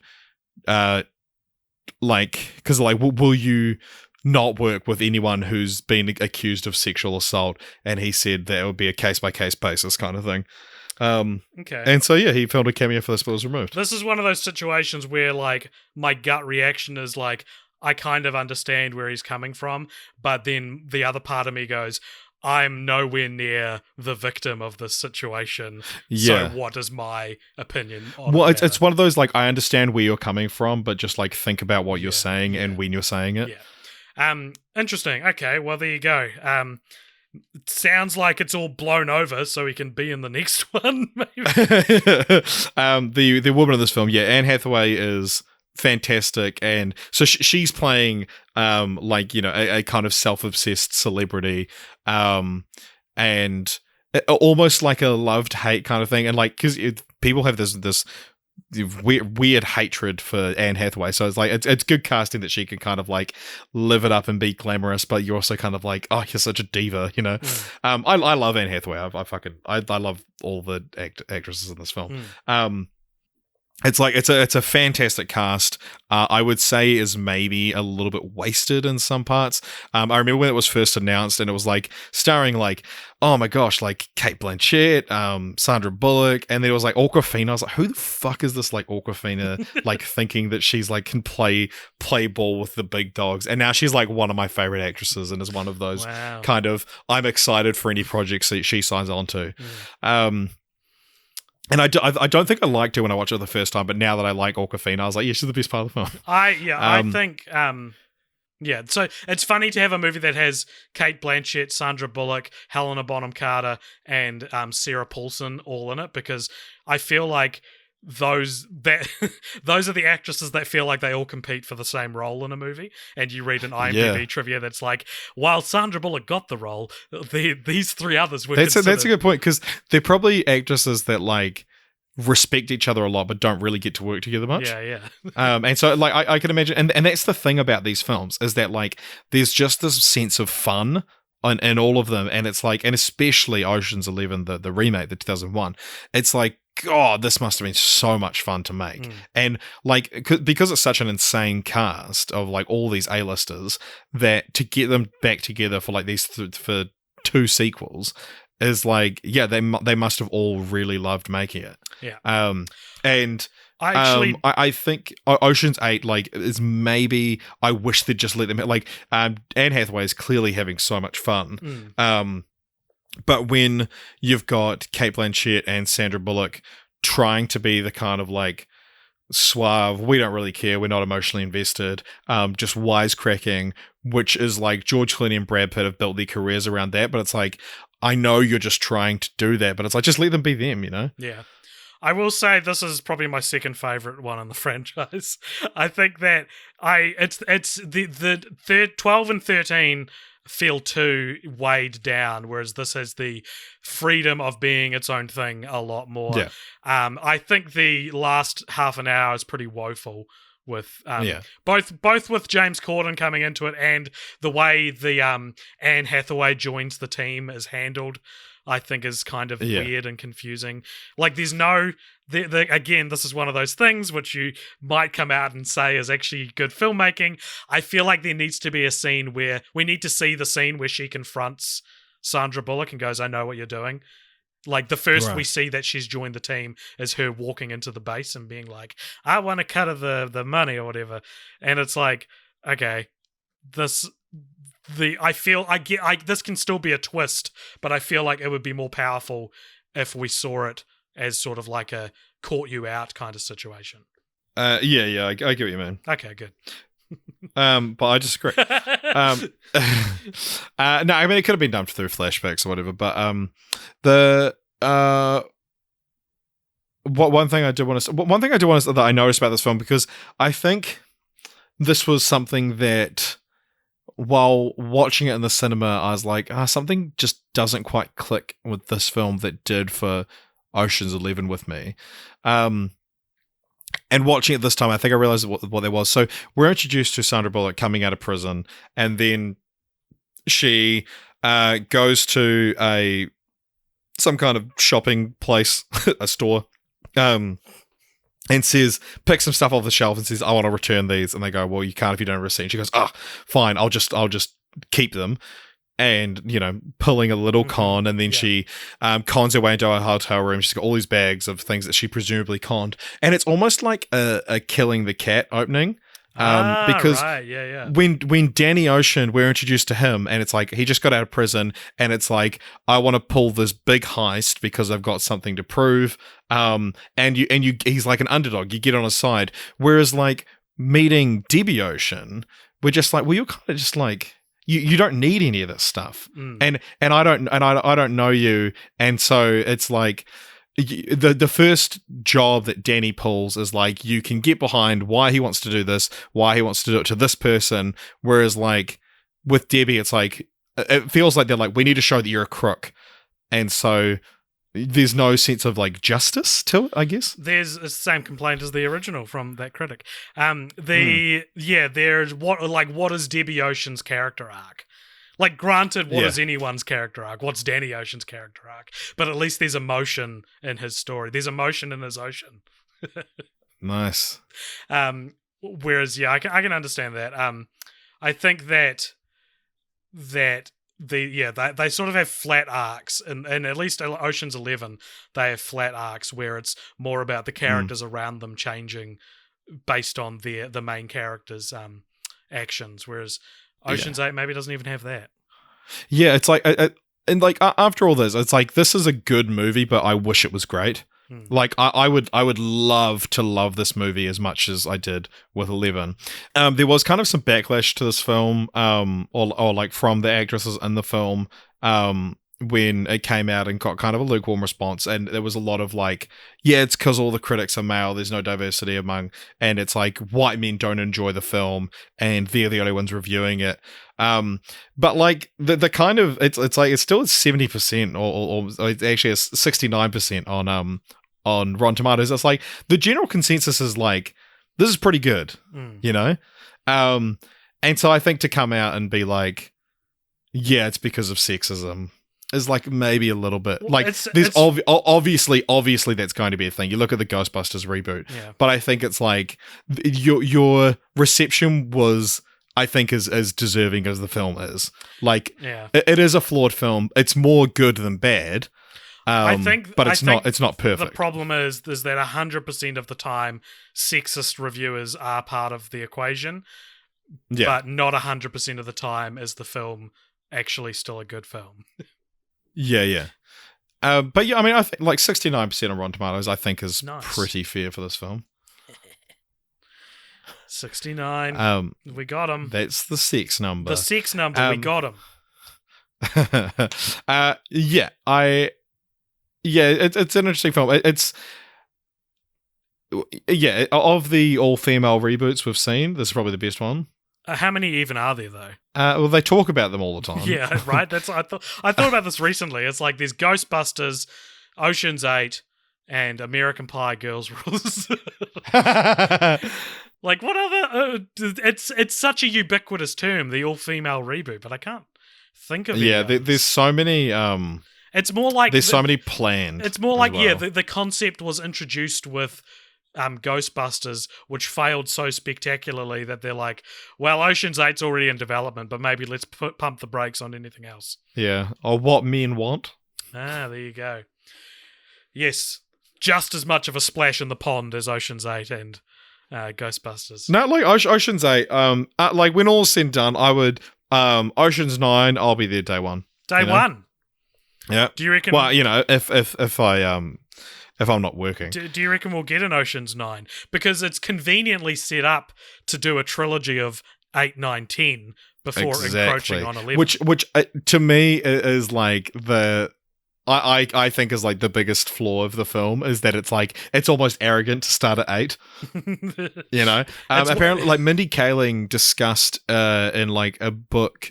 She wrote a book in like 2011 and mentions in it that she wants to do an all-female reboot called Ocean's 5. And it's like, and so, it's cool that she's in Ocean's 8. And I think that the cast is like a good balance of like, Oscar-y actors and then and TV actors and maybe they'll go backwards. Maybe we can go Ocean's 7. Although why would you go? That feels anticlimactic. Yeah. Just another one dies unceremoniously. But yeah, what it should be is Ocean's 8, 9, 10, and 9 is they just because you've got in this film you've got the 8 including Anne Hathaway, but then 9 is the amazing Yen, who comes back from the original trilogy, but then also Nineball, Rihanna's character's little sister, essentially saves the whole heist. So there's kind of 10 people. So I mean, yeah, maybe Nineball's little sister just becomes a main character. I would be so careful with this if I was screenwriting these movies. I would be like, in no way can more than the number of the people in the title contribute a significant role to the heist. Yeah. Or at the very least, it's which way the split goes. How much is the split of what you steal? Well, there needs to be a scene where there just needs to be a scene where there's a shot that has all of them. The original Ocean's 11 has it. The remake has it. I think 12 and 13 don't have it, but 8 has it. But it's after they've done the heist when they can introduce Anne Hathaway into it. But what I would do is you do 9, you bring in Nineball's little sister, and then at the end, oh my god, Danny's still alive, and then he's the 10th. Yeah. So, and it's Oceans with an apostrophe after the S. Ocean's 10. Talking of titles, which we do a lot on this podcast, I did think an alternate idea that I had when they said in Ocean's 12 that they had 13 days to get the money or whatever. I was like, why don't you make it 12 days? And then I was like, Ocean's 12 should refer to the amount of days they have. Right, interesting. And maybe Ocean's 13, they're trying to get $13 million. Or so, you know what I mean? Like that's kind of interesting to me, to make the number refer to something else in each movie. Oh yeah. It's one thing about this, Frank. I didn't fully fact check this. It was just something I noticed while watching that. Surely, I think second to the MCU, probably this might be our most Oscar winners. Oh, really?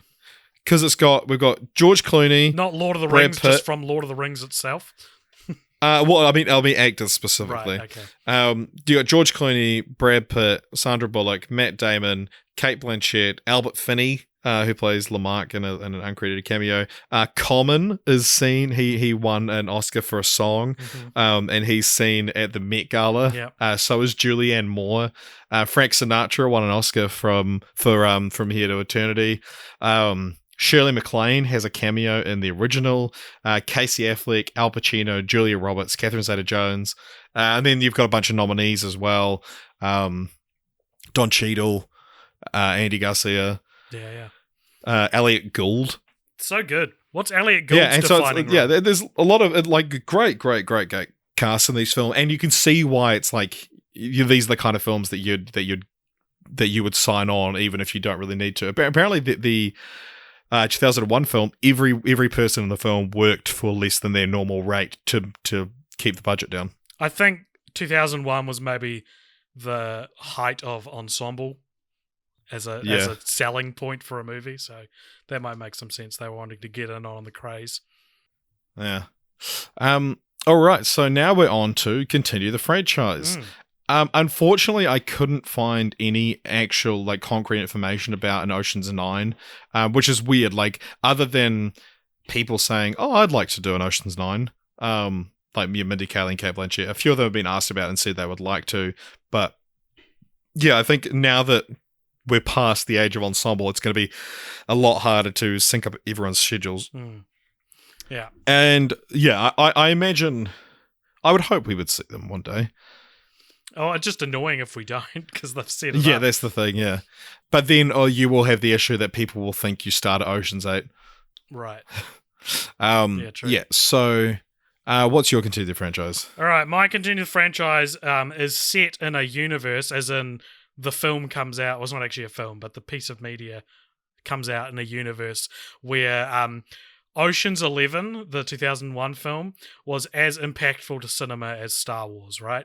Pretend there wasn't Star Wars, there wasn't a film anywhere close to what Ocean's 11 was when it came out, right? So all of a sudden, Ocean's 11 is the franchised film. Ocean's 11 is the thing that has, shampoo bottles are made, Right, that sort of thing. The same thing as Star Wars, basically. You get your action figures and all that. So my continue the franchise is an animated, similar to the Lego Star Wars Holiday Special trailer that came out today. Well, the trailer came out today. The movie's coming out later this year. Fuck it can even be Lego. Lego Ocean's 11, and it's called Ocean's ABCs. Right. And the plot is, and it's animated in whatever form, and it's intended for children. The plot is that Danny Ocean pisses off Tess in some way, and so to make it up for her, he decides to pull off 26 heists where he'll steal one precious object for each letter of the alphabet. Nice. That's it. Ocean's ABCs. I don't know what the objects are. Sound off in the comments what they could be. I have a somewhat similar idea, not really, but it is juvenile. So in the title, it's Ocean apostrophe S, meaning that it's possessive. The 11 belong to Ocean, but it can also be a contraction. And I thought, say you're making Ocean's 9. It's not about a 9 that belonged to Ocean. It's about Ocean is 9, and it's a 9-year-old heist. I love it. How old's Ocean? Oh, Ocean's 9. Let's make a scene for scene remake of Ocean's 11, but all the cast are 11. Ocean is 11. Yeah. Speaking of titles, though, I did want to mention this. Another segment we sometimes do on this podcast called we talk about taglines now, because the taglines for these films are interesting. I'll go through them. So I didn't actually look up what one was for the original. Should we look that up? I'm sure it's just like Sinatra and all the guys you love are in a movie together. The leads. Oh yeah, here we go. Nobody else would have dared it because nobody else would have had the nerve. Just Danny Ocean and his 11 pals. The crazy night they blew all the lights in Las Vegas. There's also, you wouldn't call it a gang, just Danny Ocean and his 11 pals. The night they blew all the lights in Las Vegas. One, that big one, and another one in any other town, they'd be the bad guys. That's good. So, Ocean's 11, 2001 had, they're having so much fun, it's illegal. That's pretty good. That's all right. Ocean's 12, this one would probably work better for Ocean's 3, Ocean's 13. But you cross one ocean, you face them all. Okay. Yep. I like that. I like the wordplay. Ocean's is that 13. Not better for Ocean's 12 because they go to No, international? yeah, it is, yeah, because they actually crosses the ocean, not Reuben. What are the odds of getting even? 13-1. I like, what are the odds of getting even by itself? That's a great tagline. However, it is not the best tagline in the series. Ocean's 8 has two taglines, probably my two favorite taglines in all of cinema. One is every con has its pros. It's good. And the other one is they've got what it takes to take what you've got. The first one's better. First one is better. Like it's so simple, and oh god, like because when the poster first came out, it had that at the top of it. I was like, fuck, that's good. And then the second one came out, and it had that one. I was like, fuck, it's still pretty good. But yeah, every con has its pros. Oh, nice. What a fucking good tagline. All right, now it's time to rank the franchise. This very contentious I think I've found segment. a sweet spot for both of us. I'm looking at it right now. All right, okay. So this is the 118th franchise we've covered. So we're going to rank it with the other franchises we've watched. This is on Letterboxd. If you go to letterboxd.com/cultpopture and look at our lists, you'll find one called Franking, which is our Film Franchise Fortnights ranking, where we rank every franchise. Okay. From, what is it, 118, did you say? Yeah. So it's interesting because we have on this ranking list the Nymphomaniac constant, which is it was a 2-film franchise, half of which is really good, half of which is really bad, and they cancel each other out. So we use that as the mark for what's good and what's bad. When I first saw Ocean's 8, I described it as if you were to rank every movie ever made in terms of quality, Ocean's 8 would be in the middle. I probably like it more than that. Like thinking of there's probably way more bad movies than good. If you were to, it's also probably relevant to say that because this is actually our second franchise that we've done where the first one has no sequels and the franchise comes from the remake after Seven, the Magnificent Seven being a remake of the Seven Samurai, which means that on our list, Ocean's 11 from 2001 will be the film to represent the franchise and not the 1961. Oh, is it? Okay, sweet. Well, that's how we did it with Magnificent Seven. Okay. I will. Because we're talking about a franchise. I mean, we do have Seven Samurai on the list. Is it Seven Samurai? Do you want me to change it? What do you think? I don't know. Oh, I'm sorry, I'm a stook. Well, because I'm just thinking we don't for that single Teenage Mutant Ninja Turtles movie that was in a new canon. We didn't even list that because it's okay. I'll replace number 79 as the Magnificent. Because we should be ranking the franchise and not the film that the franchise is a remake of, in my opinion. Okay. I've got a place where I think it should go. Okay. Ocean's 11. Cool. Right. Where are you thinking? I'm thinking it goes at it'll be number 32 between Fright Night and Final Destination. So better than Final Destination, not quite as punchy as Fright Night. All right. So we're just talking about Oceans 11, 12, 13, and 8, are we? I guess so. I guess that makes sense with what I just said. In that case, I would put it quite a bit higher. You reckon it's... I would have thought Happy Death Day would be a mark in the sand for you regarding this. No, I like... Oceans 11, 2001 is... I fucking love it so much. Yeah, but we're doing the franchises. So yeah, but talking about Happy Death Day is 2 films, and I'm the first one is I really enjoy this. Second one is I quite enjoy this. First one I like more than both of those, and the 2 sequels I really like, and the spin-off I quite like. So it's All right, so Happy Death Day was above Fright Night. Above Happy Death Day is Lilo and Stitch, and above that is the SpongeBob SquarePants movie, and above that is The Raid, and above that is Lethal Weapon. Are we in this area? I mean, I would be willing to go higher. I'm probably not willing to go much higher. We got Ghostbusters at 21. Oh, yeah. Well, let's put it at 20. Let's put it above. No, I don't think it's better than Ghostbusters, though.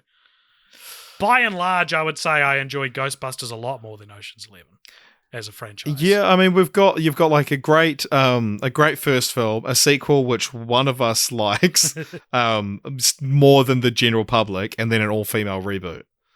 And Ocean's 11 has another sequel as well. Okay, so in terms of how rotten is it by the time you're done, I think it's about the same as Ghostbusters. Yeah, I could. Because you look at, next to Ghostbusters, we've got Friday the 13th and Nightmare on Elm Street and Halloween. Very suitably put all in a trilogy there. But by the end of those 3, you're done. By the end of the Oceans franchise and by the end of Ghostbusters, I think you're fine. And I think Ghostbusters has higher heights than Oceans. Yeah, but I think if either of them are to keep going, I would prefer Oceans, I think, at this point. Although Ghostbusters is doing a "Don't worry, white men, we're back." I would put this behind Ghostbusters. All right, okay. At 22. All right, and then maybe we can re-look at Ghostbusters when Afterlife comes out. Sounds good. Alrighty. Alrighty. All right, now what we have to do is pick our next franchise. I think it's my turn to make you guess. All right. but I could be wrong. I'm not trying to take it from you. I'm saying No. So this is where every second franchise we do is chosen from a list, and where every franchise we could think of has got a arbitrary number assigned to it.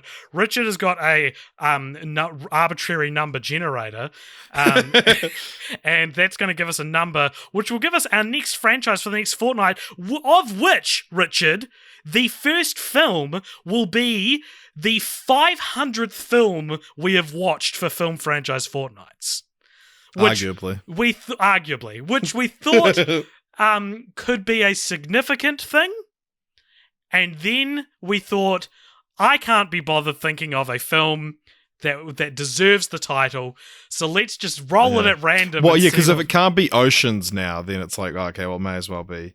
Because if you look back at let's look at to go back and create some tension. Our 100th film was Insurgent, the sequel to Divergent. Our 200th film was The Hangover, which was the start of a new year. That's cool.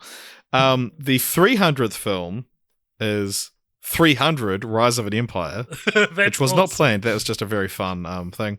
The 400th was Texas Chainsaw 3D. And the 500th, well, we'll find out right now. Is 500 not a more significant milestone to denote, though? Like, you're saying we don't need to worry about it. Talk to me when we hit 1,000, AJ. Okay. All right, well, because who knows? Maybe this franchise will be worthwhile anyway. So let's have a look. All right. Here we go. 10. Franchise number 10. I know nothing about this franchise. I can't believe we hit 10. It's very rare we hit anywhere within the first 10, We did our movie club on Patreon where we do a similar roll, and the first number we got was 2 last month, so that's fun. Okay, the 10th franchise on our list, Richard, is a trilogy. Okay. And the reason that we will know this exists is because there's another trilogy that we are a lot more personally fond of that kind of parodies the naming convention of franchise number 10. Is it Naked Gun? It is not. Huh.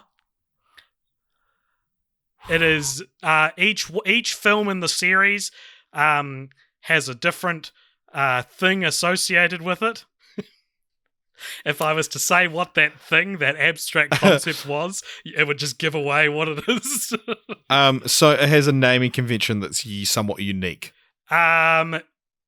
Yeah. So it's like I think each film is called the name of the franchise, then another word, which is about that.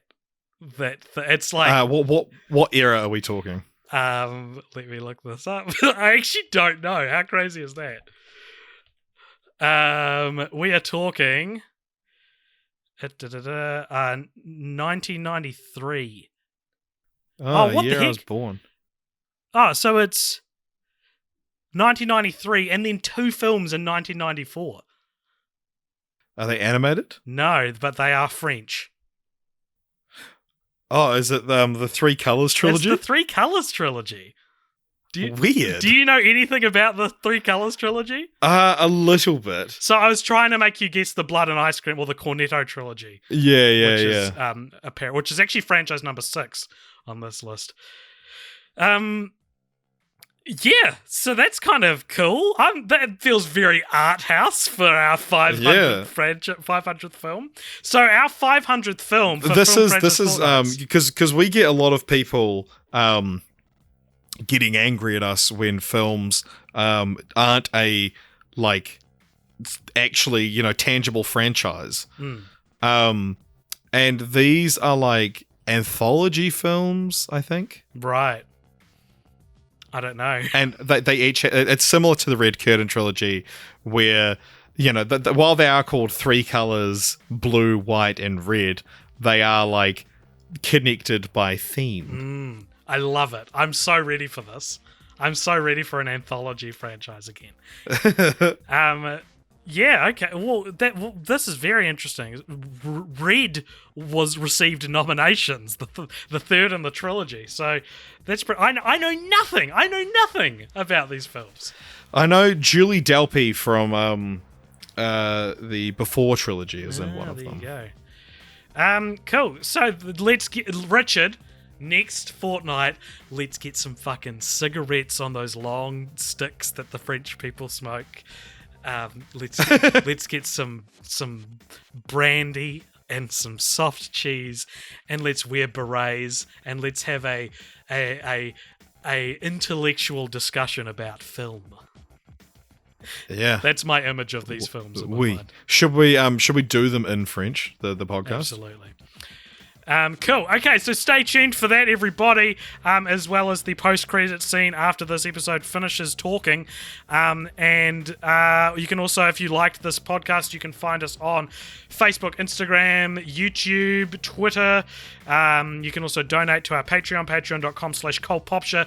And you can join our Discord, which you'll find a link to in the show notes. Please join our Discord. Everyone over there is very nice and very friendly. And yeah, we will catch you on the flippity flop for the whatever we're doing next week, and also for the Three Colors trilogy the week after. Cool. Yeah, that's the whole podcast. Bye.